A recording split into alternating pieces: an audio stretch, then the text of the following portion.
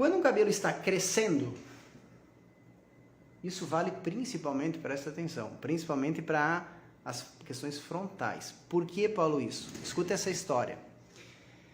A minha esposa, quem conhece, já conhece a Francine, no momento que a gente teve o nosso segundo filho, o Inácio, ela teve uma queda muito grande de fios, mais do que o nosso primeiro filho. Então, a entrada aqui abriu muito, tá? Foi bem, ela avançou muito. E ela tem uma franja que ela gosta, quem conhece ela sabe que ela gosta de escovar a sua franja. E aquela franja, ao perder a base de apoio por queda, já não tinha um encaixe como ela gostava. Mas depois que o cabelo dela começou a crescer, o que aconteceu? Ele começou a entortar, mais ainda. Ela escovava e os fiozinhos curtos não se acomodavam. Primeiro que não entrava na escova, concorda? Não tinha um calor de polimento. E depois, qualquer umidade ou suor já entortava a franja. E ela, minha esposa, falava assim, mas a minha franja não está se ajeitando, minha franja. Eu falei, por causa disso, tal, talvez por causa da queda, mas a minha franja não está se ajeitando, minha franja não está se ajeitando. Isso acontece com as clientes, também pode acontecer com a tua cliente quando ela fala assim, mas a última vez que tu... não ficou igual da outra vez que tu cortou. Por isso que isso não é desculpa, isso é um diagnóstico. A matéria-prima, o cabelo, também pode ter mudado, vocês concordam? A matéria-prima, o cabelo também pode ter mudado, porque quando tu corta uma franja lateral, tem esse comprimento, ó, aqui, e o cabelo está aqui, o pequeno, o comportamento é um. Quando ela está, o pequeno que cresceu está vindo, ele está aqui, na metade, é outro comportamento.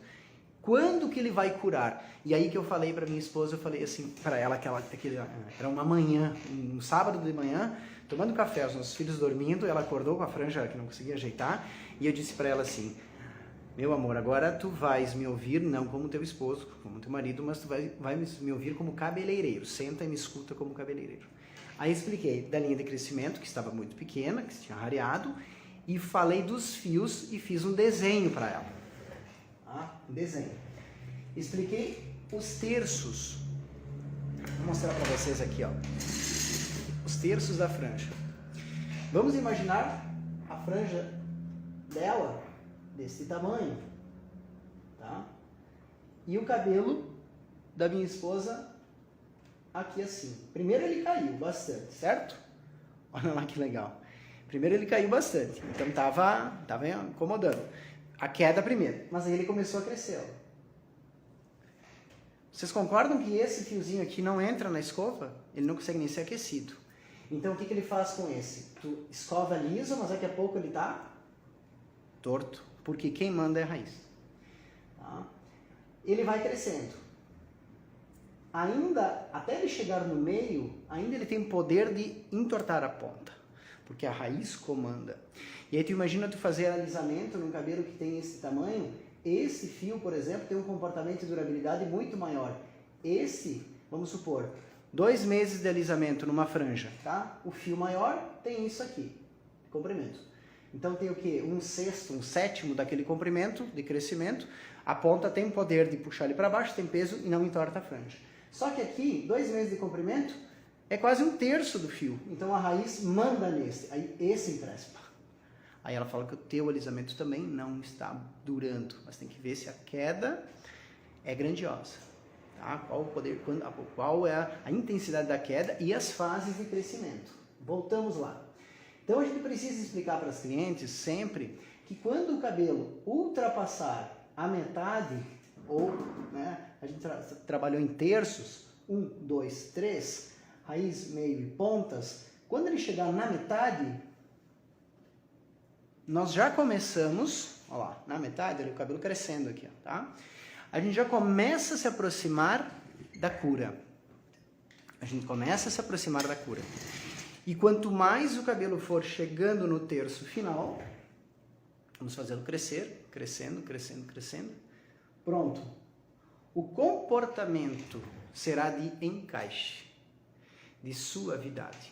E lá na franja da mesma forma. Quanto mais ele crescer, chegou no terço, vamos desenhar aqui o terço.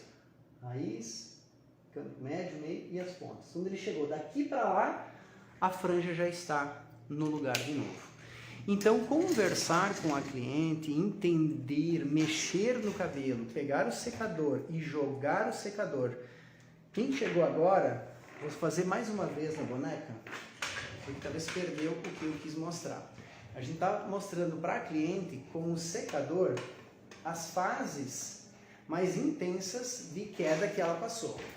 Sempre pegue uma porção, tá? Vou virar aqui um pouquinho, ó, e joga o secador. E aí tu vai perceber se essa quantidade aqui é normal ou é reflexo de uma anormalidade. Muito cabelo. Aonde ela está, muitas vezes ela está aqui assim. E aí ela vai crescendo. E conforme ela for crescendo, ela vai modificando o comportamento e o encaixe do teu corte, do meu corte de cabelo. E muitas vezes, algumas mulheres que têm quedas anuais, muito pontuais, se tu vem com o secador mais para a ponta, em cabelos longos,